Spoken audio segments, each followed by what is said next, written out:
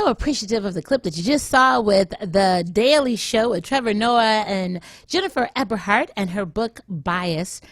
Had you thought about it? Sean and I were having just the best conversation during the break. And it is amazing when you really sit back. So much of who we are, I'd venture to say for the majority of us, everything that we are is what has been told to us. We were literally made in America.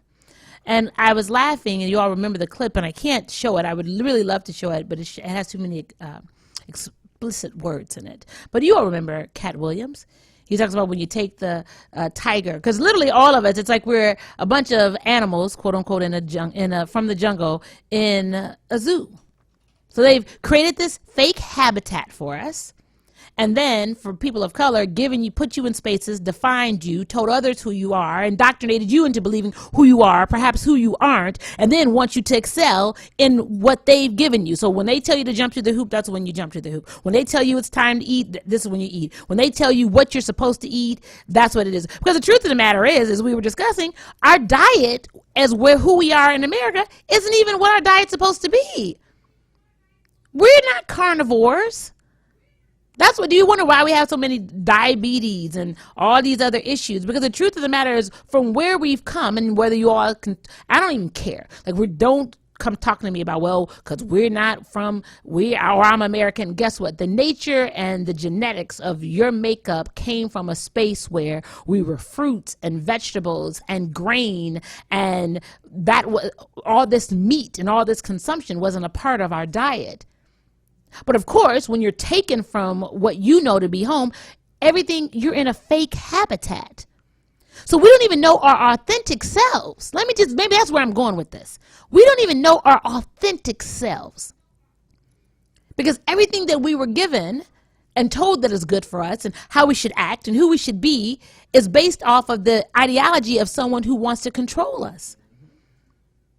And even to this day, we're not even conscious. Did you hear Mrs. Everhart talk about her son? The subliminal messaging is so real. What did her son say when they were on the plane? Oh, that guy looks like daddy. So he was conscious enough to understand that a man of color and how whatever there was. And she's like, well, you think so, really? He's like, he just reminds me of him. And then what's the next thing he said? Well, I hope he doesn't rob us. So where did he get that from? Outside of an imagery and a conversation and subliminal messaging that has you to believe that all black men are going to rob, steal, murder, rape, drug dealers, whatever the case may be. And even to the point about all individuals who are Muslim or from Al-Qaeda, whatever the case may be, then as soon as you see them, you're now indoctrinated into thinking, is he a terrorist? When you hear the language, oh my goodness. What's going to happen? Is he going to try to bomb us? What's going to happen? Don't say that you don't think it, because you do. And so much so now that people of color are denying access from other people of color into the United States. What does that sound like? What if our original people, because clearly the original people were trying to be, which is who we are, don't think that you don't have some kind of connection to the indigenous people of this land. Not Indians. They created that. The original people of this land, they didn't want them coming over. I mean, you're a foreigner. I don't know anything about you. Here you coming over here. But, instead of just killing you off the bat, I'm trying to be hospitable. I'm just trying to figure out what this looks like. And you see how it worked out for us. But what did they do? Once they came in, gained our trust, then they took us off of our land, I showed you all, remember we had the clip probably a year ago, took us off of our land, put us in schools, took the children, put them in the schools, cut their hair, changed their diets, took away their language, any connection to their culture, and indoctrinated them into what they believed it should be for them. What language you should speak, how you should look, what you should eat, how you should act. That's where we are right now. Majority of us have all these life stresses because we're so busy trying to define ourselves based off of who they say we should be and what they say is right or wrong. And I'm going to throw the Bible in there. And so much so that the same book that they use to oppress us, we use that to oppress each other.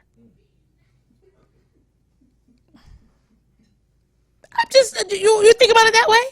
I mean, you all remember, you saw the movie with Nat Turner And he had them going around, taking them on the tour and said, what? And what did the guy tell him? You tell him this scripture. Obey your masters and da-da-da-da. So they absolutely knew all the text to use to oppress us, but they weren't even going by the word. I'm preaching right now. So the part about love each other, treat each other fair, treat each other equal, that didn't apply to us. I just want you to be the slave, and you're going to use this part of the Bible because I'm going to press that, use that. And to this day, we do the same thing. Come on. And you don't have to, and I'm gonna go somewhere you really don't want to go right now. Just even with under the Old and the New Testament, everyone talks about this whole tithe and offering thing. That was based on those who lived in the space of worship, and then you paid the monies to help keep it together. That's not what you got to do right now. But every Sunday, jokers get up, tithes and offering. And then if the offering isn't what they want, they come back and give you 2 or 3 more offerings that you got to take because there's a certain amount of money that you have to bring in. For what? Where does that money go? I'm asking. But we got that ideology from someplace else. And then, so historically, the best thing for us to leverage and the best thing that gave us value in communities and the best thing that we thought was going to give us a respect is to be a man of the cloth and a man of God. Because that's what we respect in our communities based on what? Based on what they told us? And then we got the nerve to sit up here and look down on people who perhaps do things that aren't in the ordinary, quote unquote, defined by what they say and how you should act. If you don't go to a certain school, if you didn't pursue higher education, if you don't look a certain way, if you don't go shop at certain spaces, we have the nerve to look down at each other. Where did they even come from? That their stuff is always better. Their ice is always colder. Their juice is always sweeter. We won't sit and support ours who have clothing lines and food companies and the like, real estate. But as long as they own it, we think it's better. Where did that come from? That's why I tell everyone. And so we talk about that. People ask me, I love it if I'm in a space. I'm like, don't. And it goes back to folks in high school. And they're like, oh, why don't you go back to the reunions and this and the other. Da, da, da. I said, you know why? Because I don't want to be in a fake habitat. Because if you can't just connect with me with how's your life? Like, are you healthy? Are you whole? Are your children good? Is there something I can help you with? If that's not the conversation, I don't want to be in the conversation of, well, what have you accomplished since high school? And what, because we always going to have a problem. If you want to go there, we're never going to connect. Because I've been blessed to have experiences that exceed what a lot of other people have had. And so that's going to be a problem right there. And like, where did that even come from? That's who we are and how we deal with each other on a day-to-day basis anyway. If someone isn't doing it the way we think that they should do it, then we don't support them. Brothers and sisters who are being incarcerated based on laws that were created to oppress them outside of what they do. There was a guy, Robert, I got to get his last name right. He was the leader of the Black Tuna Gang. Back in the 70s, they're the ones that were bringing in Colombia cannabis. No prior arrest, no record. He got 64 years in prison, served 30 of them. And now he's out teaching folks about cannabis, but now this is a $1 billion industry. Isn't that always the case? People talk about, individuals that are sitting here in a space and you might be distributing illicit drugs or whatever the case may be, but you didn't fly them in here. I showed you JP Morgan owns the ship that brought in the drugs that just got seized, the cocaine. So you're a casualty in the food chain, but the perception and ideology is that is who you are. But all the movies that they show you growing up are the lives of the Godfather. And what are all the mob movies? Scarface, The Godfather. And so that's everything, a sense of family, taking care of yourself, coming up from nothing.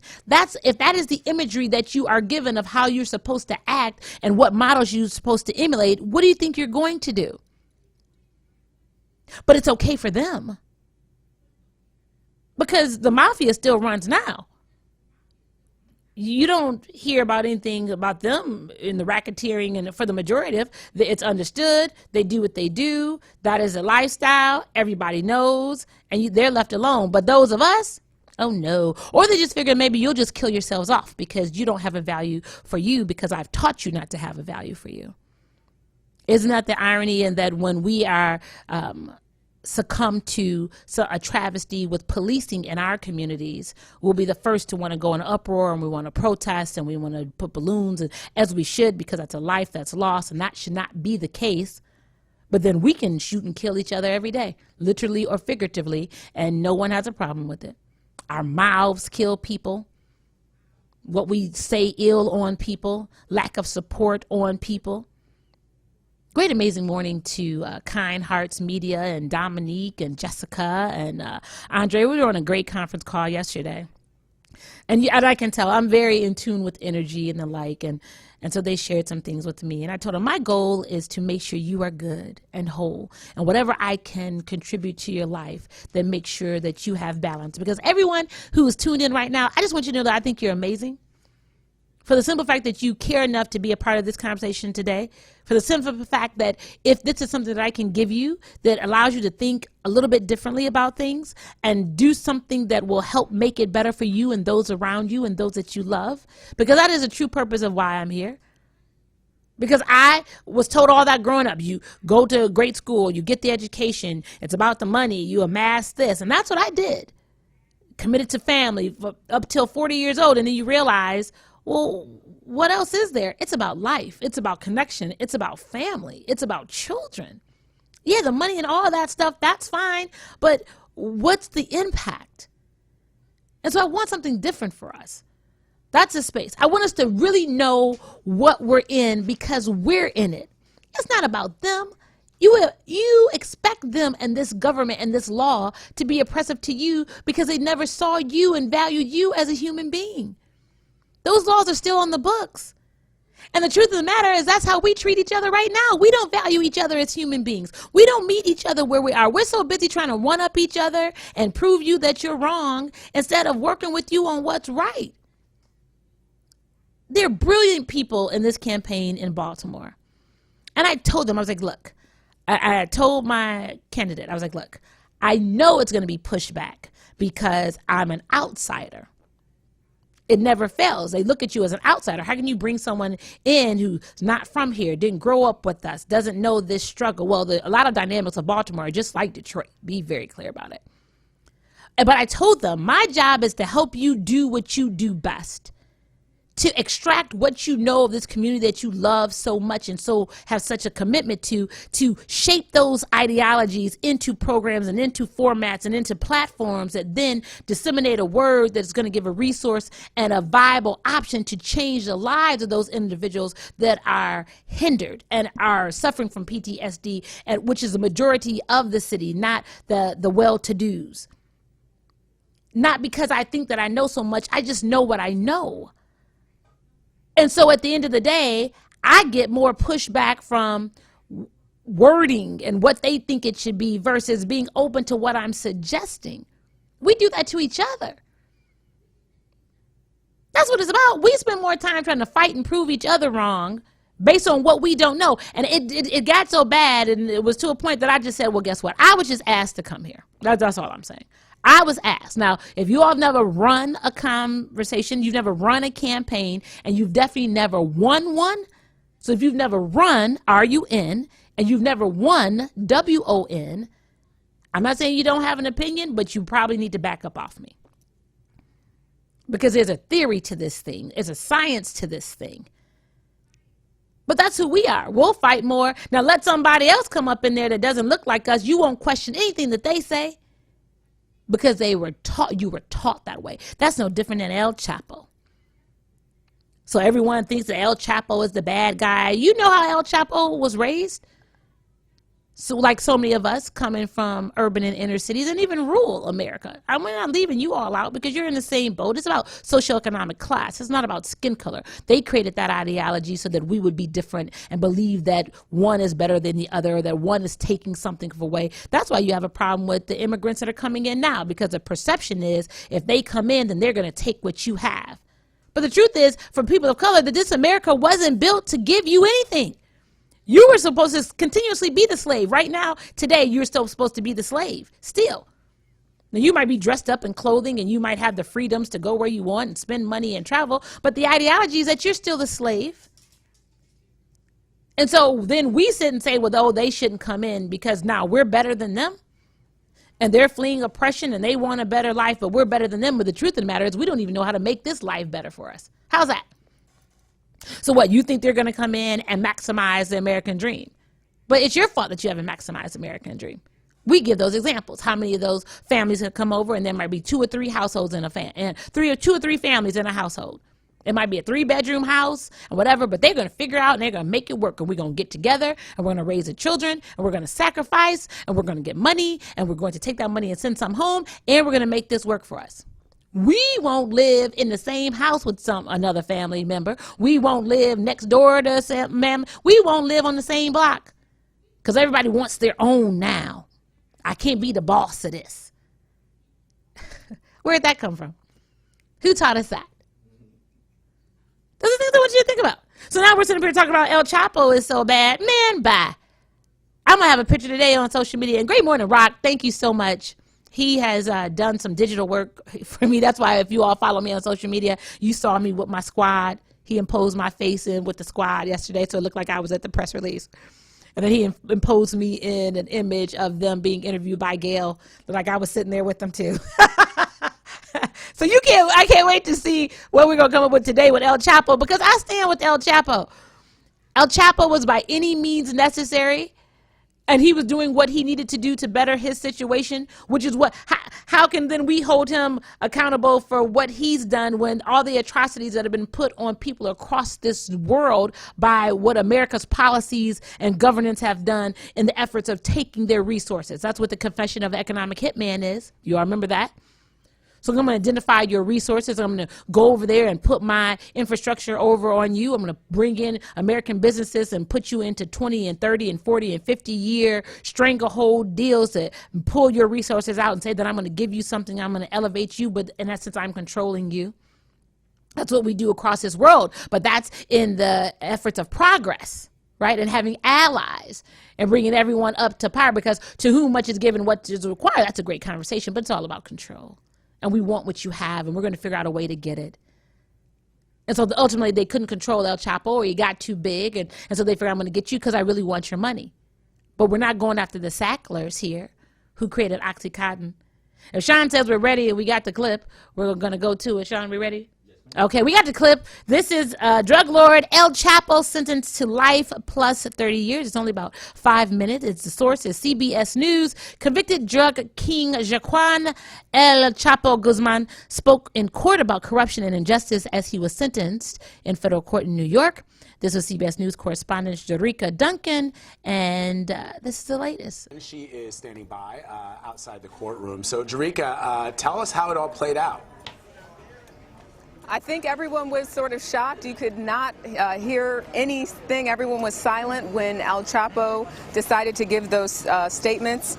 Essentially, for 15 minutes, he began by thanking his wife, his 2 children, his attorneys, his paralegals. But then he went into saying that he had to bear torture for the last 30 months. He said that he was denied sanitary water, fresh water, sunlight, things that were making his head, his ears, his throat hurt. He said, I have not been able to see my wife, visit my wife, hug my children.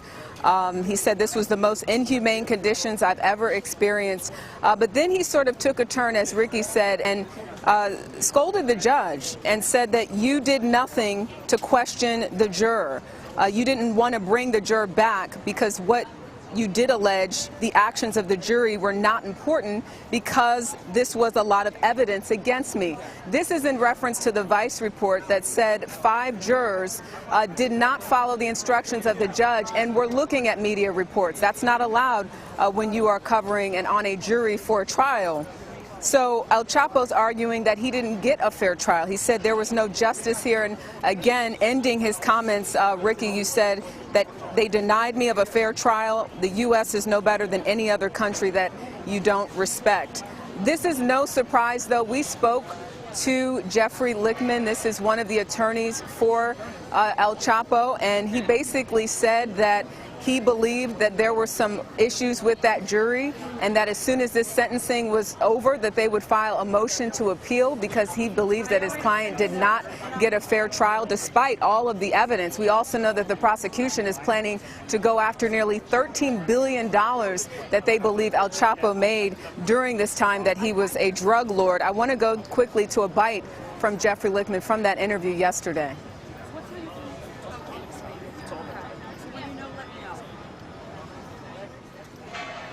Does he even have close to $13 billion? He doesn't have $13 billion in his wallet, I can assure you, inside the MCC. But the government's been looking for his assets for so long they haven't found a penny. This is a fiction. This is what they're obligated to do, is to fix a forfeiture number. There will be an order entered tomorrow with that number, and the chances of the government fulfilling that order is probably close to zero. I mean, they've had many years they haven't found a penny. How much money is El Chapo worth? You ask Forbes. I think they put him on the list, and he was number 701 at one point, but I don't know where they got their numbers from. The point is this: if he had so much money, where is the money? So again, that was one of his attorneys who we spoke to yesterday. Our producer Cassandra just came downstairs, just wanting to confirm again, which again you guys probably already know, though, that he was sentenced to life plus 30 years. We're getting more information at this time. We're expecting that the prosecutors will also come out here and address the media, as well as El Chapo's defense team. I want to also now go to a bite with Lichtman when he discussed his issues with those 5 jurors from that Vice article and said that his client did not get a fair trial. Take a listen. We brought him over here from Mexico for a reason. Okay, he was serving a sentence in Mexico. He probably never would have gotten out of jail. We brought him over here for a reason, which was to show the world that our judicial system was exceptional, that we're not like Mexico that was on the take, that supposedly he escaped from and all those things. You said supposedly he escaped from? Well, I mean, that was some of the evidence in the case. I'm not going to pass judgment. Let the jury do that. I'm the defense lawyer. I'm not here to convict my client. The fact is this: we brought him here to show the world that we had a fair judicial system. And what ends up happening? The jury commits crimes while they're determining his fate. Jerika, right there when he said, when you got him to repeat that El Chapo supposedly escaped from prison, I think is really fascinating. Yeah, you know, he was forthcoming in terms of how he felt. He said, you know, listen, I understand there was a lot of evidence, but he's looking at this in terms of the technicality of potentially jurors that he believes did not follow the instructions of the judge. Lichtman ended his statements, because he spoke for about 5 minutes inside the courtroom today, by saying history will treat this verdict with skepticism. So even though this is the longest trial that Lichtman even told me he's tried, 3.5 months, he's willing to go through this process again because he believes that. There you go. Now, you just tell me he was in prison over in his country doing his thing, but we had to bring him over because we had to jump in like double dutch. Like, they got the ropes jumping and we got to move them out the way, and we have to jump in because we have to show them how our justice systems work. So if we're the last ones then to put the nail in the coffin, then that means we can get the bounty. So it's all about money, right? It's all about money. But it's interesting because now I'm going to juxtapose that to the Sackler family. Have you all heard about them? So the Sackler family is the maker of Oxycontin. You all know what Oxycontin is? That is this horrific drug that was approved, of course, by the FDA. It's supposed to help rid individuals of pain, but it's highly addictive and is taking America by storm. There was an article Associated Press presented amid waves of opioid deaths. A flood of pills, data shows, shipped billions of mostly generic meds across the United States. Washington, and I quote, "The maker of Oxycontin has been cast as a chief villain in the nation's opioid crisis." But newly released government figures suggest Purdue Pharma had plenty of help in flooding the U.S. with billions of pills, even as overdose deaths were accelerated. Records kept by the Federal Drug Enforcement Administration show that 76 billion oxycodone and hydrocodone pills, the vast majority of them generics, not brand names, were shipped to U.S. pharmacies from 2006 to 2012. The annual number swelled by more than 50% over that period of time, even as the body counts climbed. The powerful painkillers flowed faster than even after Purdue Pharma was fined $635 million for falsely marketing OxyContin as less addictive than other opioids. Did you just hear what I read? They were fined $635 million. That was just a fine because you falsely marketed it. In the midst of people consistently dying, people dying right now, people using and ODing right now off of OxyContin. But you mean to tell me you're putting all these energies and wares and efforts into Al Chapo, and we're flooding U.S. markets right now, business in U.S. right now, and we're not bringing the Sackler family up on trial? And if that's the case, then it calls the FDA because you approved the drug. And all the pharmacies that you, so Pure Pharma who produces it, Purdue Pharma that produces it, and then they distribute it and send it to the pharmacies, and then the doctors that prescribe it. All these people should be on trial if it's about the best quality of life. See the narrative? So what's the narrative? That it's drugs supposed to be bad? Well, or maybe certain drugs are bad depending on who produces them, who supplies them. You don't see that there's a bias in that? Let's take a look. Maybe you didn't. Maybe you don't know enough about the Sackler family and OxyContin and the business of big business of pharmaceuticals in America. So this clip we're going to show from CNBC. It's how the Sacklers, the family behind OxyContin, became nonprofit pariahs. Let's take a look. The family dynasty that owns Purdue Pharma is a major benefactor to charity. But now, money from the Sackler family has become radioactive in the world of high-profile nonprofits and museums. Cultural institutions like the Met and Guggenheim in New York and the Tate in London have cut ties with the family. The reason? The same family that funded major museums and galleries for decades is at the center of the opioid crisis in the United States. Purdue Pharma created OxyContin, an opioid-based painkiller that many believe helped spur the opioid epidemic, killing thousands across the U.S. In a statement to CNBC, a spokesman for the family called the allegations false and unfair and said the family understood the Met's decision.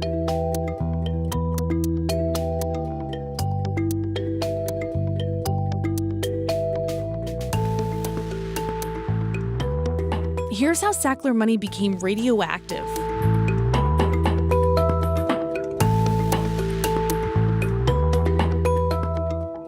Purdue Pharma was founded in New York City in 1892. 60 years later, the company was bought by Raymond and Mortimer Sackler. The private company moved its headquarters to Norwalk, Connecticut in 1973, and then Stamford, Connecticut in 2000. Purdue and its network of independent associated companies currently employ about 5,000 people around the world, according to the company's website. Today, it brings in billions of dollars in revenue from drug sales. Purdue sees itself as a pioneer in developing medications for reducing pain, a principal cause of human suffering, and its roster of drugs includes oxycodone, fentanyl, and codeine. One of the company's best-selling medications is OxyContin, which hit the market in 1996. Purdue announced it would stop promoting the drug to doctors in early 2018, but previously the drug was aggressively marketed as a safe pain medication. Turns out that's not entirely true. And that's why the Sackler family stands accused of playing a central role in the opioid epidemic. More than 47,600 Americans died from opioid overdoses in 2017, according to federal data. That's more than 130 people a day. The largest portion of that number died due to prescription opioid abuse. If you've broken a bone or had surgery, your doctor may have prescribed opioids for pain. These drugs bind to opioid receptors in the body. They block feelings of pain and trigger the release of dopamine, and include prescription pills as well as fentanyl and heroin. Dopamine makes people feel good, but the high is short-lived. Since the brain craves more, it can start a vicious cycle. Simply put, the more opioids you take, the more the brain likes it. And when your body builds a tolerance, you need higher doses or something stronger to get the same sensation. Try to stop and the body rebels. Withdrawal symptoms include aching, fever, diarrhea, vomiting, sweating, and chills. From 1991 to 2011, opioid prescriptions nearly tripled, according to IMS Health, a company that provides data to the healthcare industry. The opioid death rate tripled over the same time. Since then, efforts to tamp down on the availability of prescription opioids has led to an increase in the supply of heroin. Mexican heroin production increased from 30 metric tons in 2011 to 111 in 2017. Nearly 80% of heroin users started with opioids. Opioid addiction can occur after only 5 days of use. In the 90s, there was a realization doctors needed to be more attentive to patients' pain. Pharmaceutical companies launched a massive campaign to promote opioids as a solution. At the same time, illegal drugs, including heroin and illicit fentanyl, were pouring into the country. When patients' opioid prescriptions ran out, they looked for something stronger or cheaper. According to the National Institute of Drug Abuse, deaths from heroin increased nearly eightfold from 1999 to 2017. Meanwhile, deaths from man-made opioids like fentanyl increased by 21 times. In 2007, McKesson Corp. shipped 3 million prescription opioid pills to what was the Save Right Pharmacy in Kermit, West Virginia. The town has 400 residents. That story was from a congressional report delivered in late 2018. The incident helped push Congress to act. One of the results was the Opioid Crisis Response Act of 2018, sponsored by Senator Lamar Alexander, a Republican from Tennessee. The bill garnered bipartisan support, even though critics said it fell short in terms of funding. According to the AMA, the bill will help fight the problem in several ways. It expands programs to prevent substance abuse and overdoses, increases treatment programs, and pledges to stop the flow of illicit drugs into the country by mail. It also increases funding for research and requires reports from Health and Human Services on opioid prescription dosages. In October 2018, President Trump signed the bill into law. Recently, states have seen another unexpected factor that's been a major benefit for addicts seeking help: Medicaid expansion in states like West Virginia. It's made treatment available where it wasn't before. A recent study from policy and research journal Health Affairs showed the number who have been diagnosed as opioid abusers under the expansion has doubled. Meanwhile, Harvard and NYU researchers found in 2017 that without Obamacare, more than 200,000 opioid addicts would lose coverage. So, what happens next?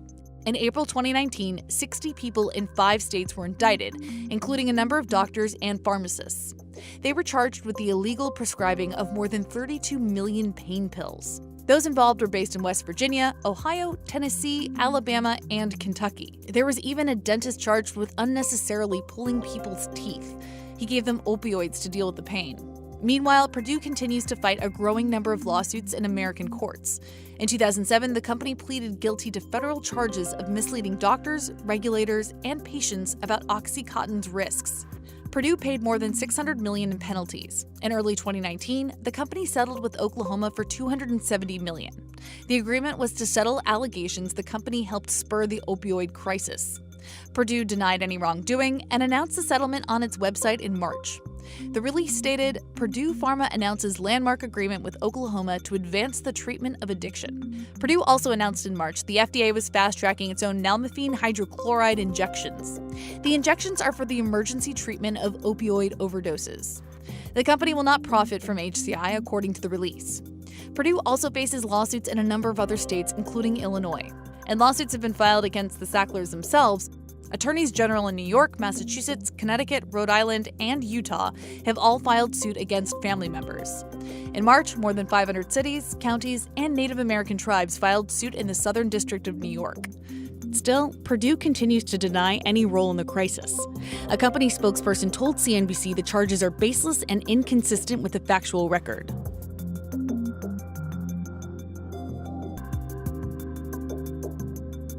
But that hasn't stopped the lawsuits, and it may force the company to file for bankruptcy protection.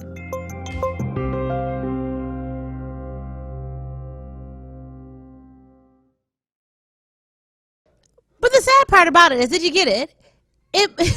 They didn't close them down. So they're going to file bankruptcy, right? So that means they're going to get coverage under the court. If you just look at and do the math, there's the numbers that we saw in penalty, we're at $1 billion right there, right? But there's enough evidence. So whereas El Chapo in his 11 weeks and now you get life, what more do you need to prove the case against the Sacklers, Purdue Pharmacy, McKesson, but it's okay. It's about who's getting the benefits from the business. It is all about the business of government, the business of corporation, the business of America. And so everyone knows, you saw that if you use OxyContin, within 5 days, you're addicted. Within 5 days. And so with that being the case, and we know that, the data shows that, and folks are consistently still writing the prescriptions out. Pharmacies are still consistently filling the prescriptions. Doctors are giving. You saw that the dentist was wrongly extracting people's teeth so that he could prescribe the drug. What is that? If that is not intentional harm and endangerment, I don't know what is. But as long as it's the money, who's controlling the money, America can control the money, then it's all right. Because that's what it is. Oh, well, you're only supposed to use it a little bit when you are coming out of a situation either. That's just like morphine, right? So, okay, yeah, you have this issue in the hospital and they're only going to give you the drip while you're in the hospital and then you're supposed to be okay. If you think something that is that strong and you actually think, and then they prescribe you pills to go home. How can you not get addicted to that? And they know it. Oh, but then Purdue Pharma comes back and says what? Well, we're going to create a drug that's going to wean you off of the addiction that we created. And then we'll get more money for that. But we're not going to reap the revenue from it. Well, where's the revenue going to go? Where is it going to go? You create a product so that you can create revenue. That it's the business of corporate.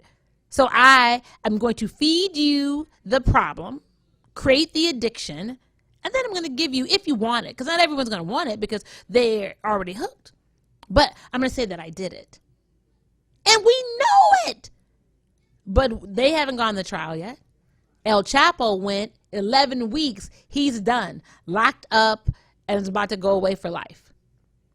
What kind of bias is that? What kind of contradiction is that? I just want you to think about those things in our lives right now.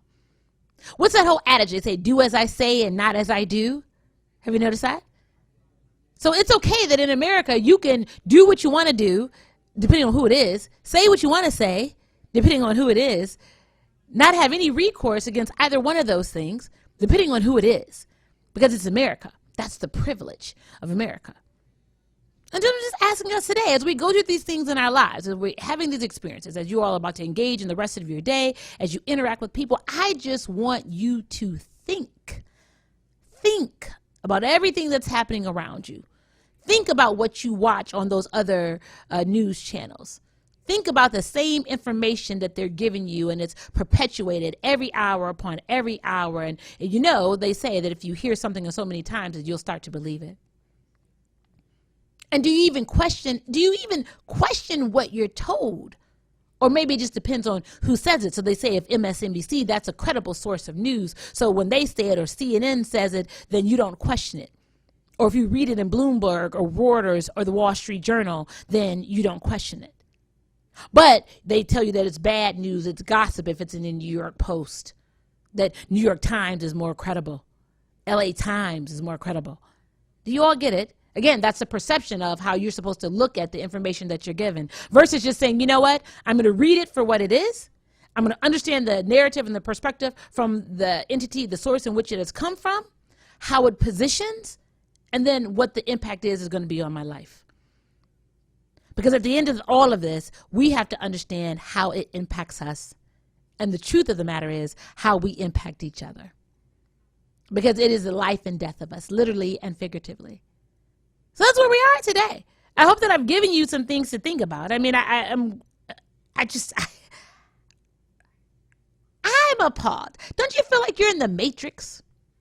I do. And I believe at times I've taken the red, and remember the whole piece in the Matrix. What did Lawrence Fishburne's character say? What was, I forgot his name, Neo or what? No, whatever, or the other guy's name. Either the red or the green pill, right? And so that's the whole comparative of ignorance is bliss. You remember when you were growing up and you would hear that all the time? Well, people, oh, ignorance is bliss. You're like, well, how is ignorance bliss? Now you see.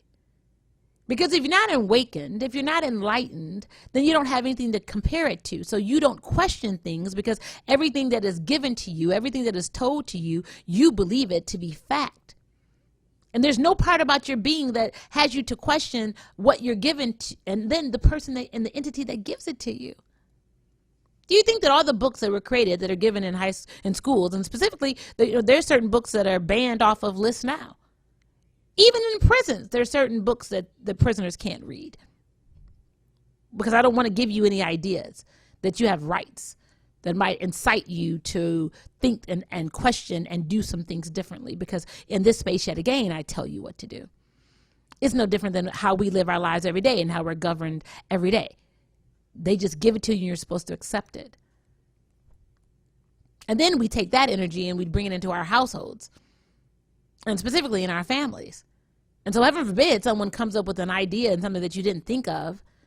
Heaven forbid if they just wanted to look at a model from what other people do and how they amass success and wealth and say, I'm not coming up with something new. I'm just borrowing the model that they have. And we sit and say, oh, no, you can't do that. And all the different reasons of why you can't do it, as opposed to saying, well, oh, we don't have enough money. Okay, but we have good credit. You have good credit. So why don't you piggyback me on, put me on your credit like everyone else does to ensure the growth of their families and what their businesses are and what that sacrifice is. But as long as everybody has independent credit, that's what we want because it's all about us and our group. I want to be the best one. I want to be the big fish. I want to be the one. Hello? What does I get you? I is but one letter in the collective. It has to be better if we want to be better. But you have to ask yourself if you really want to be better. To whom much is given, much is required. Knowledge is power. Applied knowledge is power. Shared knowledge is most powerful. And so that's where we are today. I just want you to look at it. Question why you think the way that you think. And then you compare that to what people tell you. And then the bigger picture, especially if you have children, those of you who have children and family members, what are you teaching them? What does that look like for you? Are you showing them sacrifice? Are you showing them the commitment to family by any means necessary when it's hard and when it's rough and when you don't have to be selfish? Are you teaching them selflessness for the good of the group? That we have a plan and we have to commit to it by any means necessary? And even if you didn't come up with it, but you know it's better than where you grew up and how you grew up and understanding the dysfunctionalities that came up in your households and within your communities. But if you have a model that shows you something different, do you question how they can sit and tell you something just like El Chapo? I mean, that is not the best example and model that they can sit and say that this is wrong, but what are they condoning on this side? What other example do you need? And then you wonder why. Then you want to go back and forth and sit and argue and think that a local government, please, they indoctrinate you into government. You know that when you get selected and elected into office and they swear you in, then they put you through a training, right?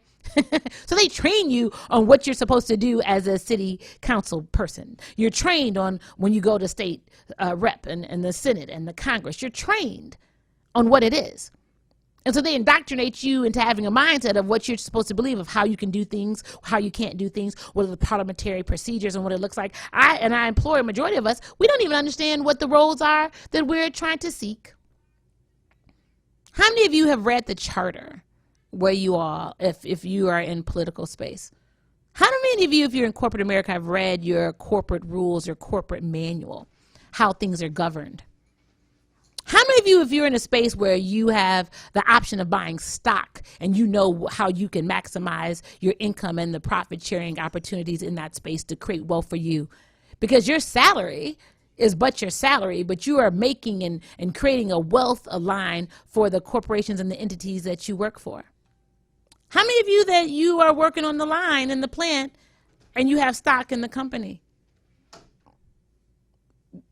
How many of you believe that you can actually create and have wealth? And everyone, on that note, I'll be gone next week because I'll be at a conference, a cannabis conference in California, because I am determined I will not let this opportunity pass by. And I don't care if anyone ever supports it. You don't ever have to support it. But the business of cannabis is real. Anytime I told you the forecast of Forbes and CBD, we're not talking about THC, we're talking about CBD is a $20 to $24 billion industry within the next 5 years, and you think that I'm not going to have the information to be able to create something that maximizes this opportunity? It only comes through once in a lifetime.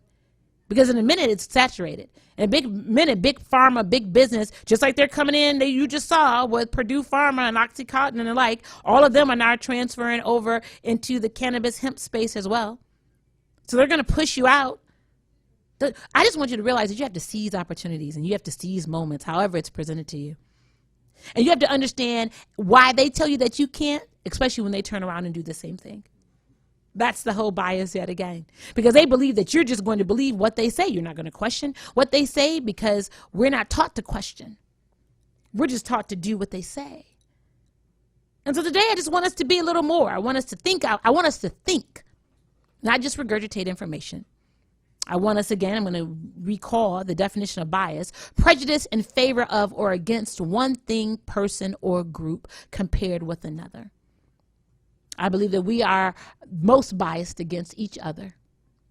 And I just want you to think about that as you interact with people today, as people interact with you, as you look at individuals, if you can do something to help someone that looks like you, because that is, the truth is, that's you. That's you. It's no different than how we started the conversation. If when they see a black man, I don't care what your pedigree is or whatever, no one asks you any of that. They look at the color of your skin and they already come up with perceptions of who you are. We do that amongst each other. Just think about it, you all. And make the decision, determine if you want to be better and do more. Be better for you.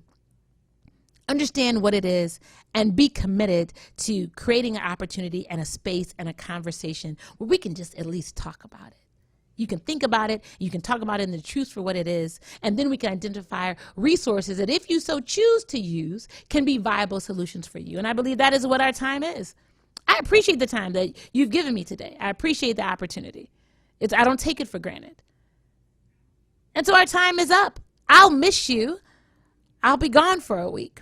So maybe at that time, of course, they're going to replay some of the shows, and I appreciate that. And they will decide which ones are going to be best, I guess, depending on the climate and what that looks like. But in the midst of all of that, I just want you to think about it. I want you to understand what is going on around you, who it benefits. And as Albert Einstein said in the onset, bias against the Negro is the worst disease from which the society of our nation suffers. And then the last quote by Confucius is, "A gentleman can see a question from all sides without bias. A small man is biased and can see a question only from one side." I want us to be able to look at all sides, all angles, up and down, back and forth, what's coming behind us and what's in front of us. Because at the end of the day, if you don't understand what it is, you will be your worst enemy. It's not everybody else. It's who you understand yourself to be, and then how you look at others, especially those that look like you. So everyone, that's our time for today. I pray that you have been educated, enlightened, and empowered. Please speak to someone that you don't know when you walk past them today. Make a connection. Don't live in a space of bias because they might look different than you or whatever the case may be. We're more alike than you know. You have to understand what motivates those that would have us to believe that we're so different from each other. Take care. Make your moments matter. Make today amazing. I'll see you when I get back.